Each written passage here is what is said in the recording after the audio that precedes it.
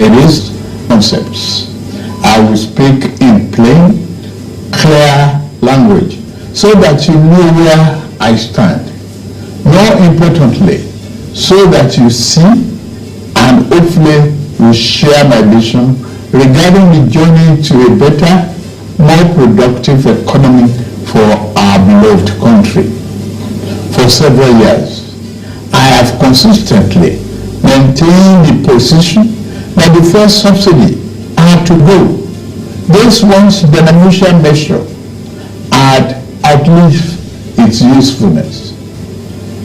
The subsidy cost us trillions of naira yearly, such as a vast sum of money will have been better spent on public transportation, health care, school, housing, and even national security.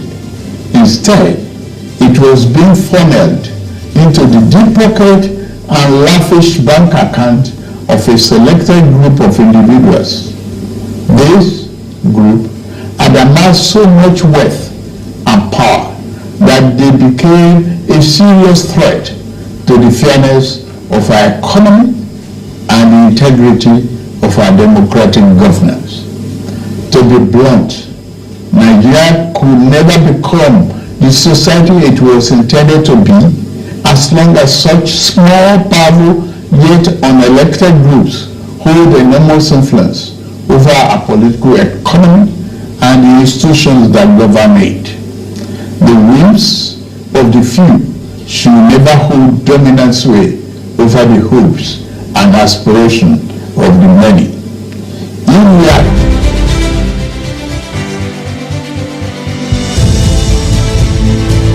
all right, we've heard that from Mr. President yesterday during the national address, where he highlighted very, very key issues, and it continues to generate reactions from different quarters in Nigeria and outside the shores of Nigeria. Good morning and welcome to Front Page Review. I beg your pardon.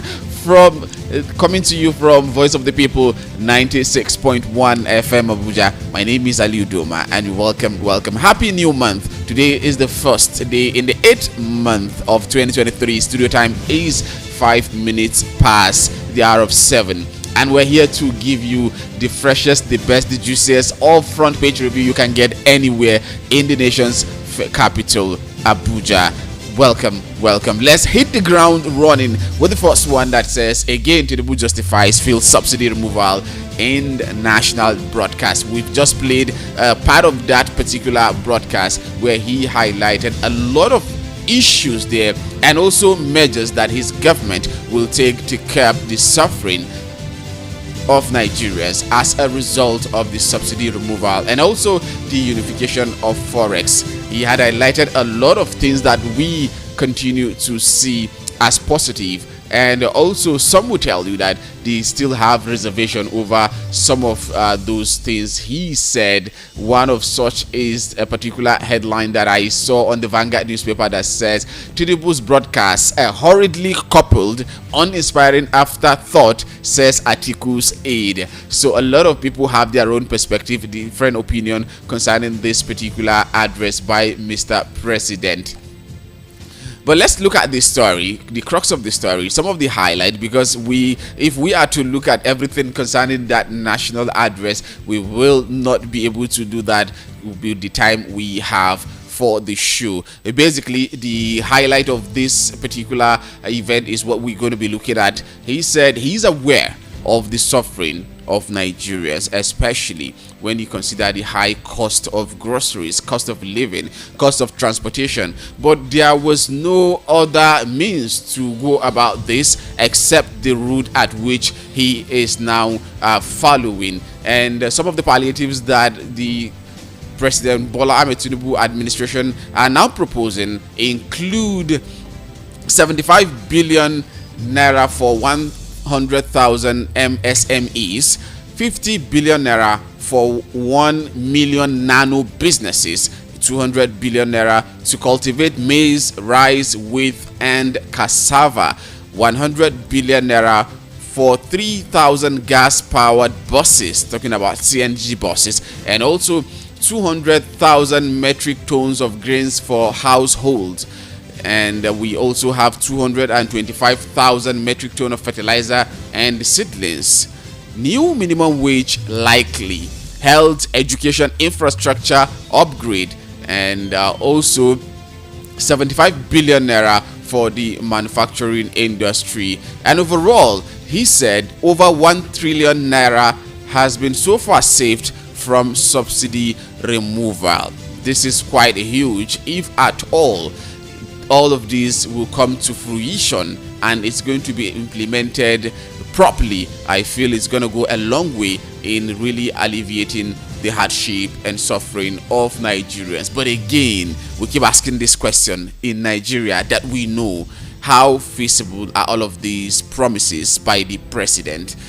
Does this mean that we now have the messiahs that can be able to implement all of these policies without mincing words, without including politics into it, without sending some of these goodies or some of these monies to private pockets, or giving political farmers, if I should use that word, those who don't even necessarily own farmland, but they are farmers on papers and they get to benefit from such palliative that we already are used to in this country. This is me thinking now. I know you might have a contrary opinion. You might be thinking a different perspective, or your thought might be quite aligning with mine or taking a different dimension. Why not you just let me know what you are thinking, or what are your thoughts about the national address by the president in terms of what he wants to do as a president to alleviate the suffering of Nigerians as a result of the fuel subsidy removal and also the unification of our forex. The number to call is 0700 010 961 961, 0700 010 961 961. That is the studio line that you can call, normal call, or you can send me SMS, or you perhaps want to use the WhatsApp portal. You can call me via WhatsApp. Same number works for all. You can use it to drop your WhatsApp message or voice note, or you can use it to call me via WhatsApp, and let's have a conversation around what is happening in Nigeria, especially concerning the national broadcast by the president. Yesterday 7 p.m. was the time he addressed Nigerians, and a lot of reactions continue to trail that address. What is your reaction to that? What do you think of this particular address by Mr. President? He has laid out what he intends to do with the subsidy palliative. What do you make of it? Do you think it's going to go a long way in really cushioning the effect of the subsidy removal? Do you think on the interim this is going to take Nigerians away or out of this suffering that we are being faced with?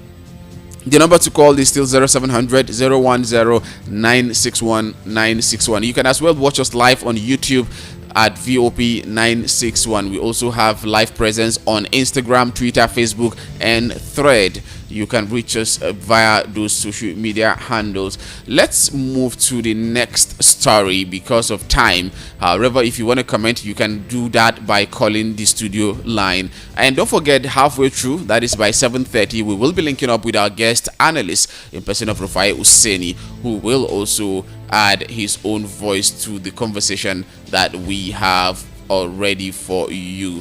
Another information is the fact that yesterday on the floor of the National Assembly, there was screening of ministers nominee by President Bola Tinubu again, and drama ensued in some part of the cases from part of some of the nominees there, because we have this one on the Vanguard that says Senate holds screening of 3 ministerial nominees over alleged forgery, age falsification.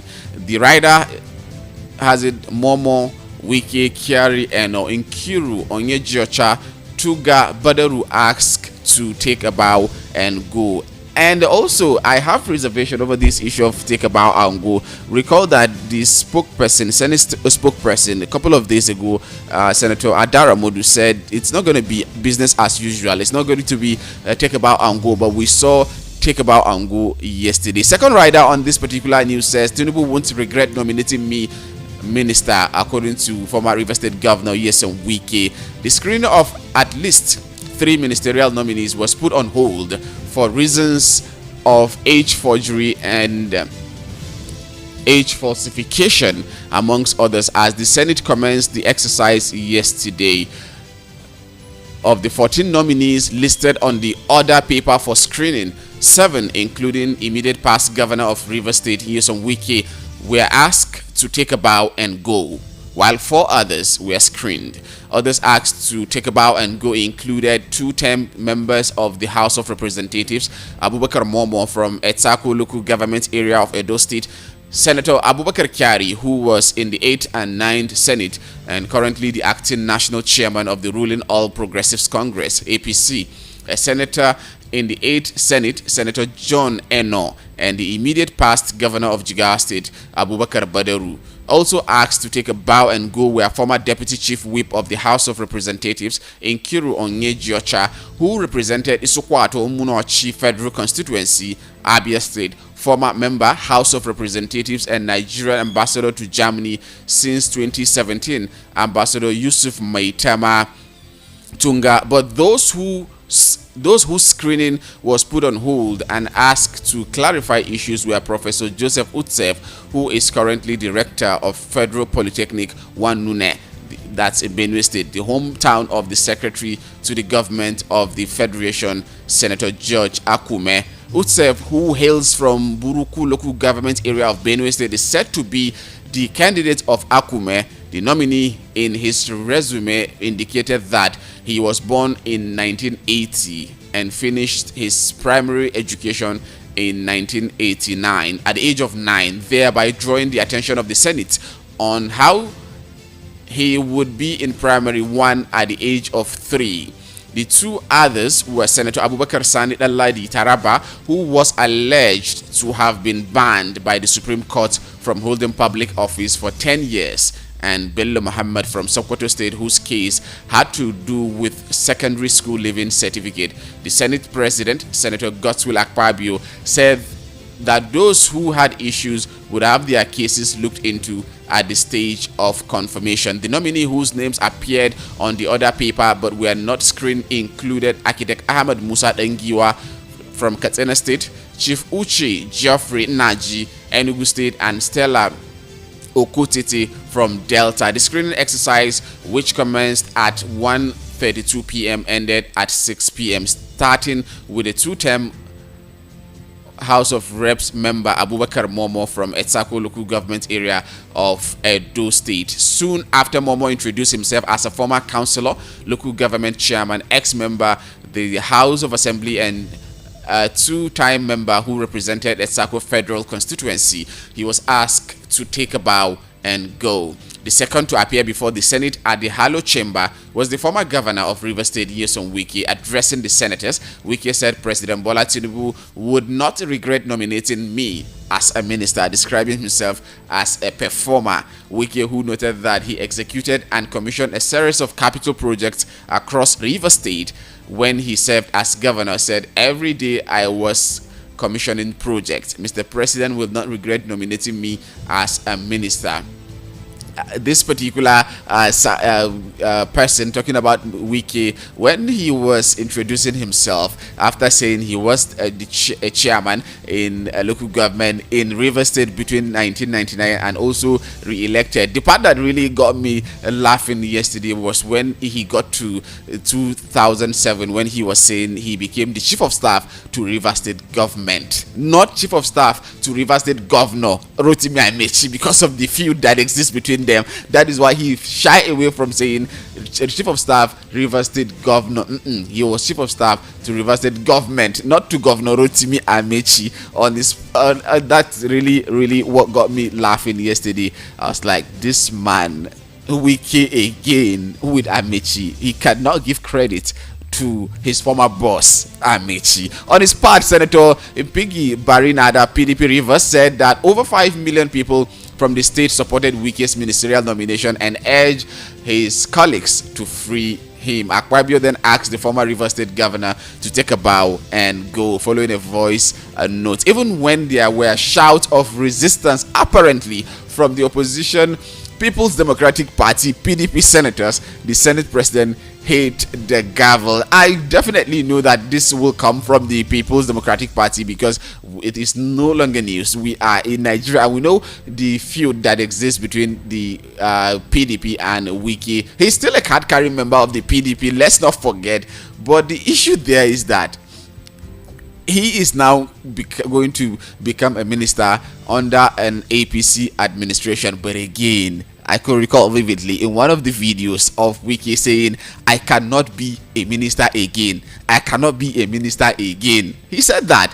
Not only Wiki, another person said he cannot be a minister again. His people, those who he trained, should be ministers. But we can see their names live there on the ministerial list, and they did not come out to say, no, I'm not going to be a minister because I have said it in the past that I will not be a minister. But now Wiki is saying Mr. President will not regret making him a minister.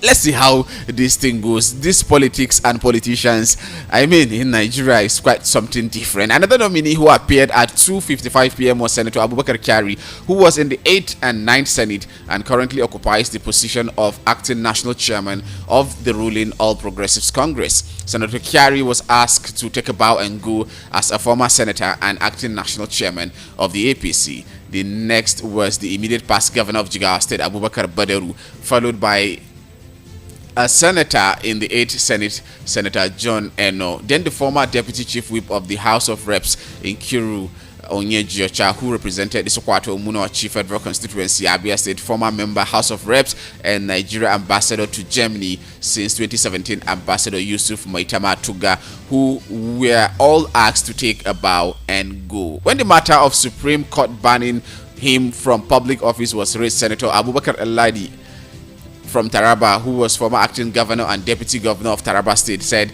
there was nothing in appeal court. They just struck out the case for lack of merit. At the Supreme Court, the same thing happened, as Mrs. Mary Odili said. The Federal High Court Jalingo was wrong to have passed the judgment in that manner, because when I was a deputy governor in 2007, they used their executive power at that time to nullify me. So from Supreme Court, I had to go back to the Federal High Court Jalingo, since the Supreme Court said there was no basis for the Federal High Court Jalingo to do that judgment. Then the same jurisdiction of the Federal High Court Jalingo now sat on the same judgment and set aside that judgment that is hanging on me. Responding, Akpabio said the Federal High Court Jalingo gave a judgment against you. That's now talking to Senator Daladi.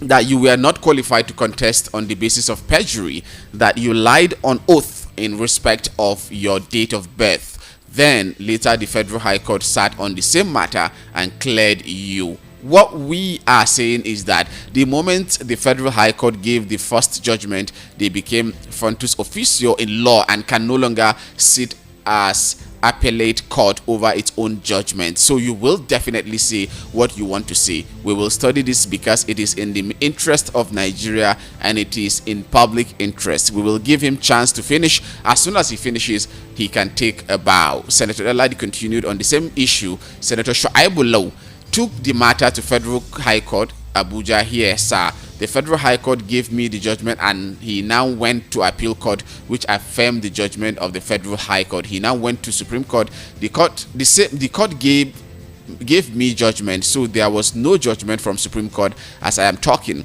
the Supreme Court is hearing me. There was no judgment. If there is judgment, it is here. So that is that about this particular one. We will continue to see how it goes in the chamber of the floor of the Senate, talking about the National Assembly, as the screening for the nominees continues.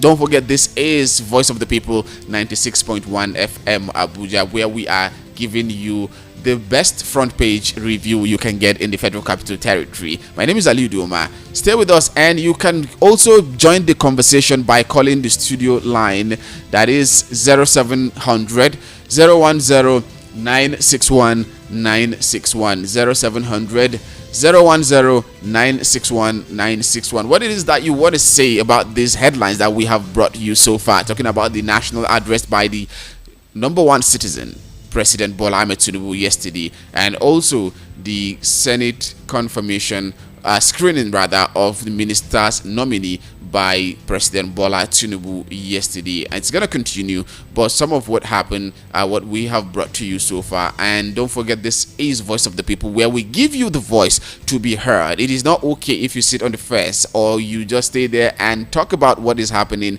in Nigeria. You never can tell what your solution or where your solution might get this country to. So do well to pick up your phone and call the studio line so that you will be heard. We are here to give you the voice to be heard in the Federal Capital Territory, Abuja. The number is still free and open. You can use the WhatsApp portal as well to drop your message, or you call us via the WhatsApp message, or you send us an SMS. Also, before we go on a break, I want to take this particular headline that is coming in from the Vanguard newspaper, and it has to do with Lagos State.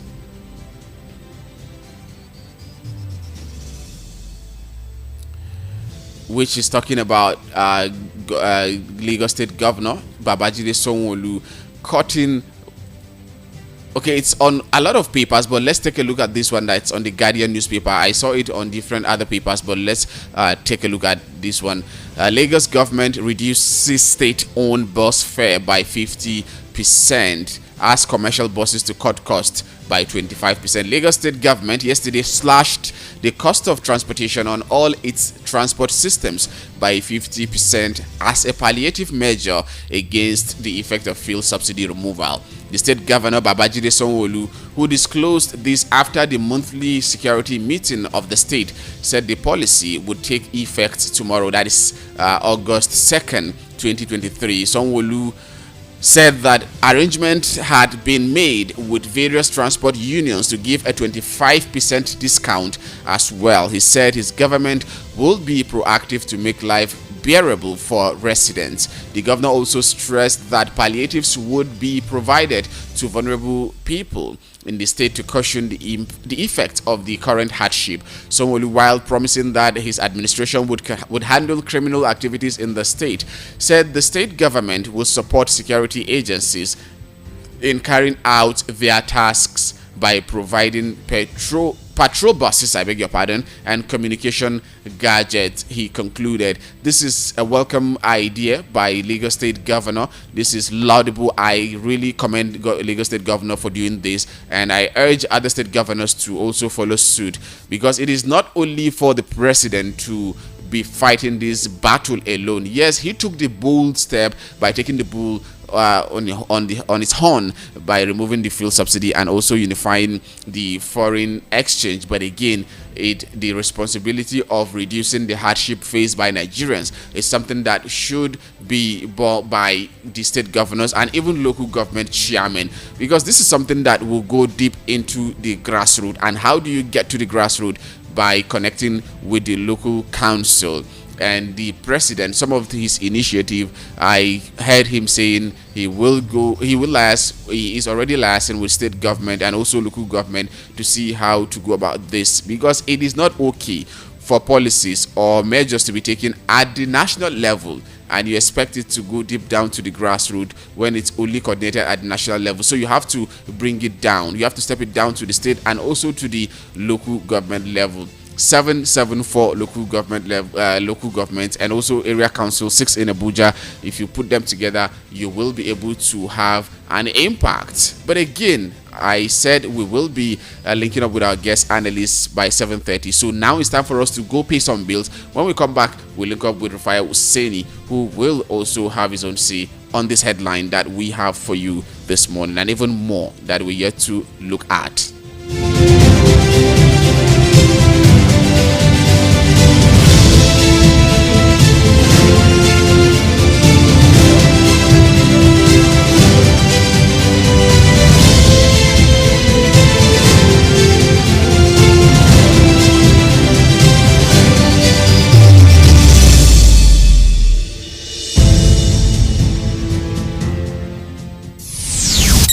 This is not just another radio on your dial.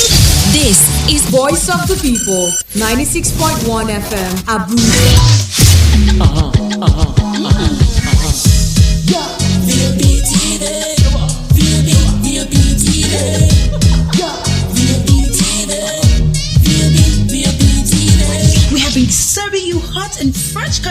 radio and you have been loving it, now we're taking it further. Catch us live on YouTube at VOP TV for all the juicy content you can't resist. Talk shows, exclusive interviews, news, lifestyle, and more. It's all about you. VOP TV, show up, speak up. The award-winning pizza in the US is now here in Nigeria. Ladies and gentlemen, I present to you Romeo, the pizza champions, and cold berry ice cream. Delight in every school. Visit any of our outlets and feel the rich taste from the pizza champions and cold berry ice cream. At number 4, Obomosho Street, Area 8, Geriki, Abuja, or 3rd Avenue, Gwarinpa, Abuja, or Federal Housing Estate, Phase 2, Lube, Abuja.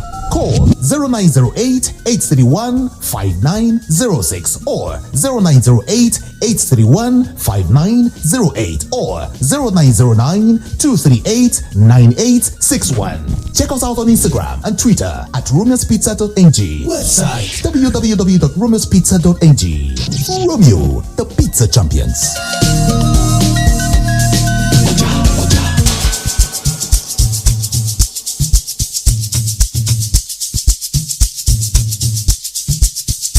Are you aware that Iruka Online Limited installed and designed a 100,000 capacity church building? Oh yeah, we are the sole distributors of global leading brands all over the world, such as Wafday Line Array, speakers and digital amplifiers, Preseno's digital mixers and studio equipment, Coswell workstations and keyboards, Fender guitars, Mapex drums, Ashdown bass combos, just to mention but a few. We offer flexible payment plan handled by our financial department with 24/7 customer care support system. You can visit our website on www.iruka.com to avoid buying fake products. You can also visit our showroom at number 36 Lagos International Airport Road beside Golden Tulip Hotel. Iruka, never settle for less. Are you traveling to Lagos and desire a perfect getaway? Look no further than the luxurious accommodations at Airport Golden Tulip Hotel, number 42 Murtala Mohammed International Road, Lagos. Relax and unwind in our beautiful appointed rooms, featuring all the amenities you need for a comfortable stay. Now, whether you are traveling for business or pleasure, our attentive staff is here to ensure that your every need is met. We also offer complimentary pickup and drop from the Lagos airport. Why not take advantage of our state-of-the-art fitness center, outdoor pool, and enjoy a delicious meal at our on-site restaurant? With stunning views, world-class service, and a prime location, Airport Golden Tulip Hotel is the perfect choice for your next vacation or business trip. So why wait? Book your stay today and experience the ultimate in comfort and luxury at Airport Golden Tulip Hotel. For bookings and reservations, please call 0815-8003-333 or 0815-7003-333. You can visit our website at airportgoldentuliphotel.com. Airport Golden Tulip Hotel, where luxury meets comfort. Believe me, believe me, believe me.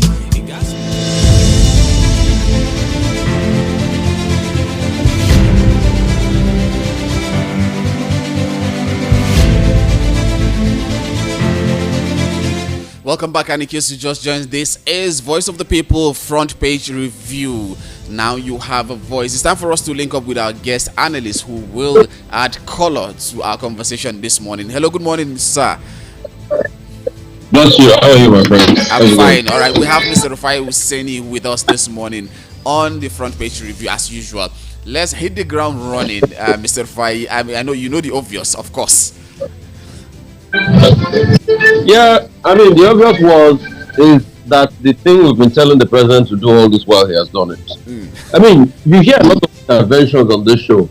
Yes. I ask you today, when they know all the things I had talked about in detail, even as detailed as investing in staple rice and tubers and tomato. So the detail was that succinct. So these were all the things they should do. Yes. But there's a big but. Okay. There's a big which, but it also rests on implementation. If it gets implementation wrong, then we'll be back to square one. We'll wallow in abject misery. If it gets implementation right, at least to some certain extent, if you push him and help him buy time, all of this he has done is to buy time. All right? Yes. If you help him buy time to a certain extent that when he starts to now think of the other prospect of economic growth, that's just a pure and simple. But currently, this, as it is a palliative to be able to buy time. How long time this will buy is dependent on the reality on ground. I will favor that after this, Labour looks at it and see how they can collapse for it. But I also believe Labour's point. I'll tell you, we still need to sort out the problem of refinery. Yes. If we don't produce locally, and we are still subjected to the rules and of international price, problem. Anyway, he has said the word is quite vague. Some people interpret it that it's going to intervene in prices of petrol, which can be a subsidy. Some people say it's going to intervene in the FX market, like they are doing with the managed flow. Yeah. But whatever it is, they will not be able to intervene because you don't pass on direct energy costs to your citizens. And go and check. There's something called energy security. Every big economy around the world has an element of energy security, and that's why they subsidize energy. So we should be careful. And what we should ask ourselves is, it is also the mismanagement hitherto in government that makes all of this.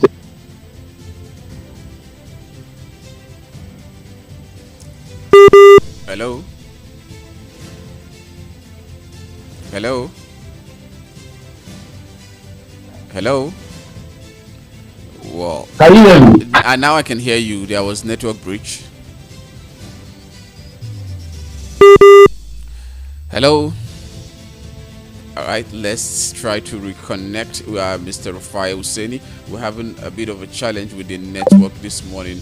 We will try. Don't forget, you're listening to Voice of the People 96.1 FM. Front page review is what you are listening to, and he's trying to make a point addressed by Mr. President yesterday, trying to add more colors to the conversation. Can you hear me? Yes, I can hear you loud and clear now. So as I was saying, yes. So in all of this, Yaradua did pay subsidy, and because he managed the things well, he saved money in themselves. He still gave a lot of government surplus. So what is also happening to the management of our economy? Yeah, you can say revenues drop, but what's also happening to the management of our central bank? So we are currently battling inflation problem, yes, which we caused by ourselves. Inflation was about 10, 12, 13% before we went to close our border. Yes. Our border closure jacked up inflation. So in terms of our economic management, it's been poor. We've caused a lot of problems, unintended consequences for ourselves, and now we are reeling from it. But it's about doing the right things to be able to get the right solutions to the problems that we have on ground. Pure and simple. All right. So let's look at this critically. Okay. So in all of this, now that he has come up with these measures, what will be the role of state governors and also council chairmen to see the success of all of these initiatives? Their role will be to be accountable, number one, and to allow all of this to be done in a transparent way. Transparency is the order of the day. If we are not transparent about it, if we don't run it, again, it goes for what I see. The long and short of it, all of these things that he announced can help him buy time and can also be what will bring him down if he doesn't implement it properly. So he should go and look at a very coherent framework for the implementation. Sure and simple. All right. With all the intervention, it will cost about 500 billion naira. The economy, which a lot of people it's just going to buy something. It's not really a great cost as such. So yeah, you are putting money in the economy, the subsidy investment, you are pushing it in the economy, but we have to be realistic with ourselves.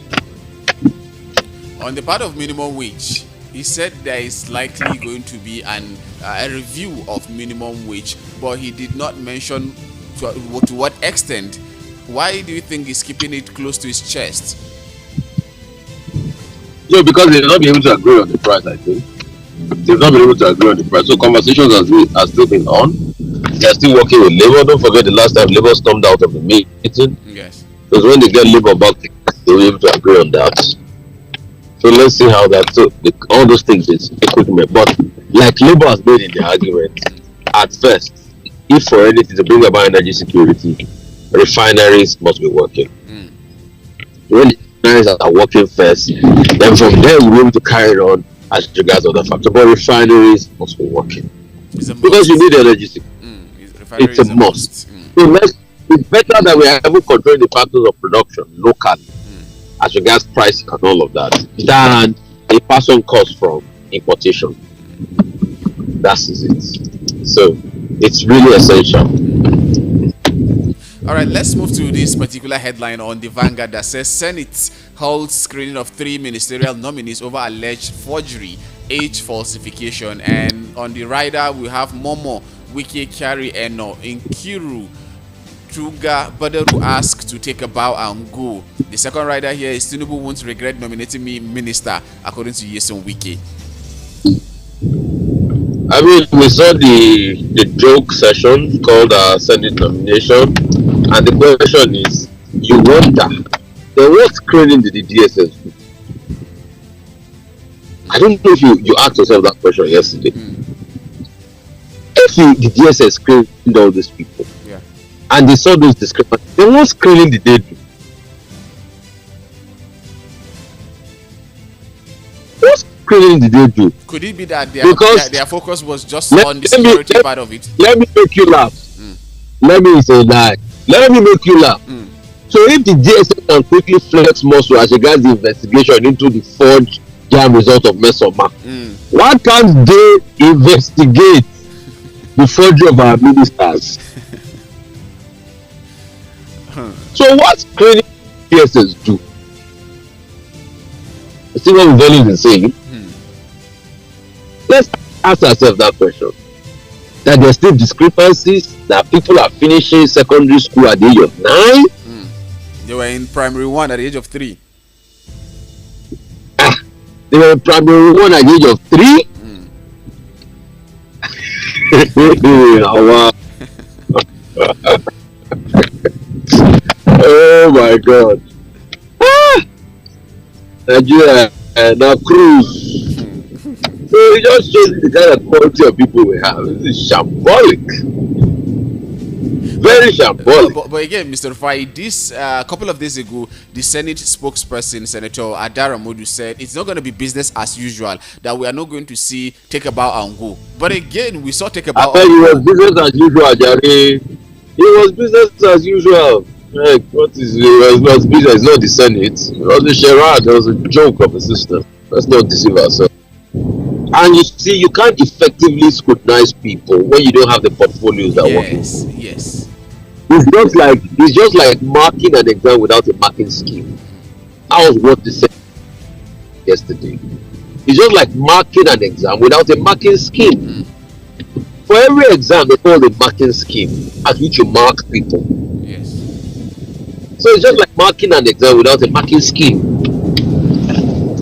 It's as simple as that. All right, we hope it gets better in Nigeria.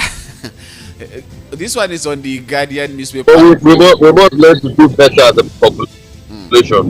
We must learn to do better. We can't keep saying we hope it gets better. Hope is a good breakfast, but it's a bad dinner. We can't keep saying we hope it gets better. No.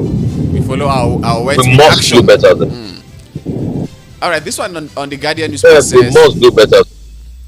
Lagos government reduces state-owned bus fare by 50%, asks commercial buses to cut costs by 25%. You are in Lagos, so you are in a better position to give us the full details of this particular information. For me, it's better than never. It's better late than never, but they should be able to do it. It's better late than never, but they should be able to do it. And I think the commercial bus unions too will be able to do it. Anyway, they have strong affiliations with them, so that shouldn't be a problem. But I mean, I'm happy about the raft of measures, but the truth has to be said, please. We should have done this early enough. We did not do it early enough. It's as simple as that. But again, we did not do it early enough. But let's see that. Would the commercial drivers or union accept the 25%, or is it that the government will now take over the burden of the 25% to now pay the commercial union? Because obviously they need to get their cost of production, talking about cost of fuel, maintenance of the vehicle and the likes. They cannot work without profit. No, that's not what will happen. Okay. What will happen is that the union will just have to be considerate and reduce its collections. You see, most of the thing that culminating to bus fares in Lagos is also the money unions collect every day from bus drivers. That money goes into billions at the end of the year. Okay. So the unions will know how to be able to adjust it. That's just it. So they will have to reduce their collection because they collect dues every day. I think per bus trip there's a certain amount they collect, or for the day or something. So all of those unions will now have to be abandoned. You know, the problem is there's so much illegal taxes that are being collected from buses.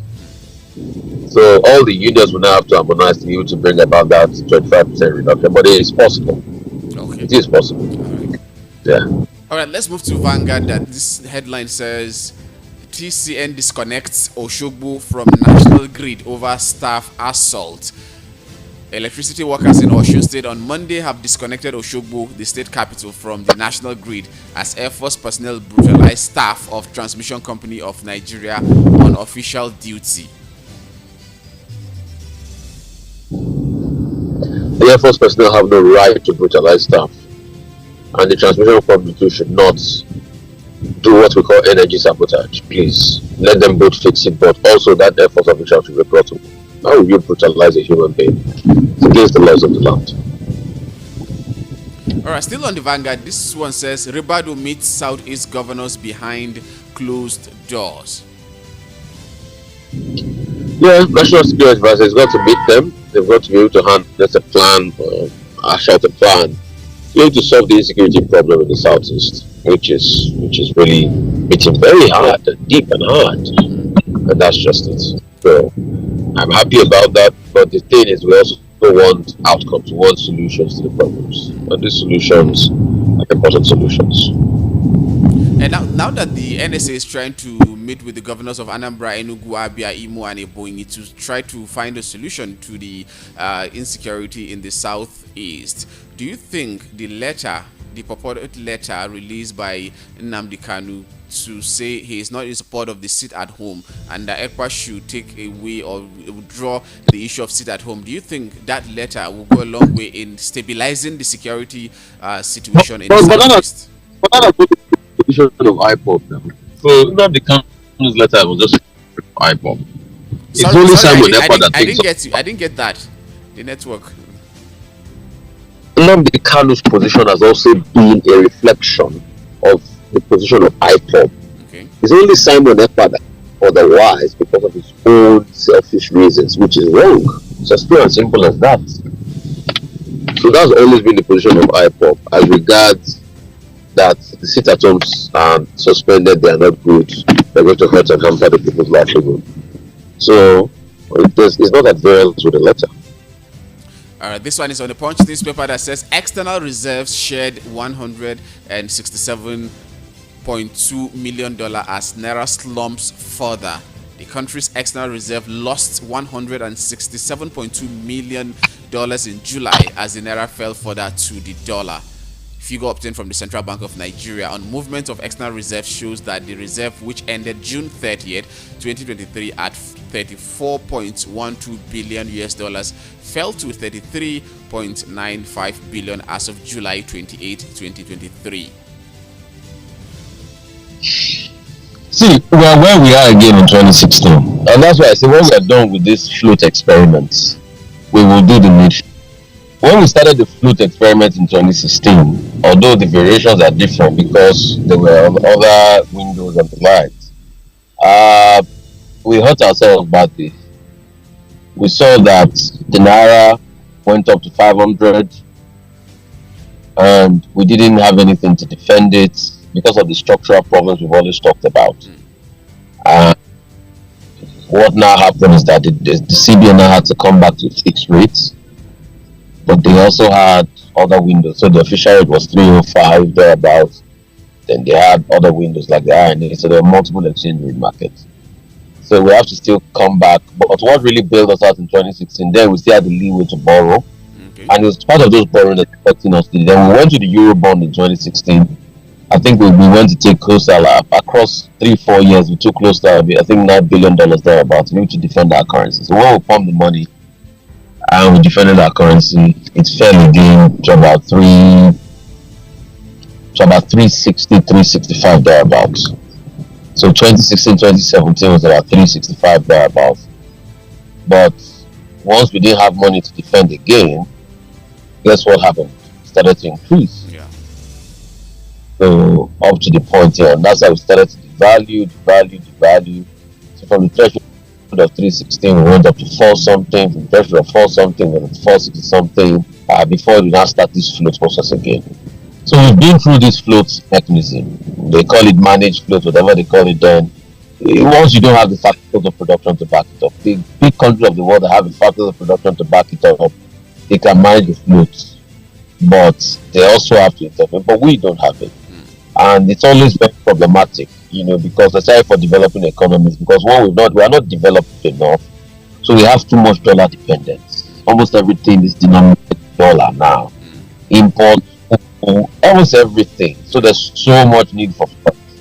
Normally, forex is supposed to be majorly for industry and all of that, but almost everything is dominated. So we've not developed our local economy. There's no production within. So, and that's always the problem. And that's why I always see you are able to sort out the structural issues.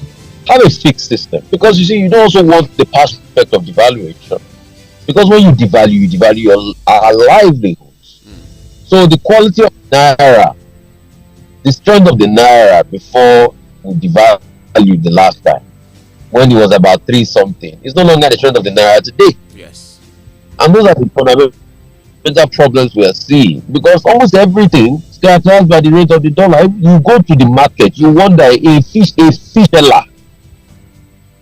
telling you that dollar is up. That's when the price went up. Yes. So banana seller will tell you that. Virtually everyone in Nigeria will tell you that if you go to buy something. And that's what I'm telling a lot of these so-called new school classical economists. That inflate is good. They are speaking financial language and technology. They should remember, you are hurting the people even further.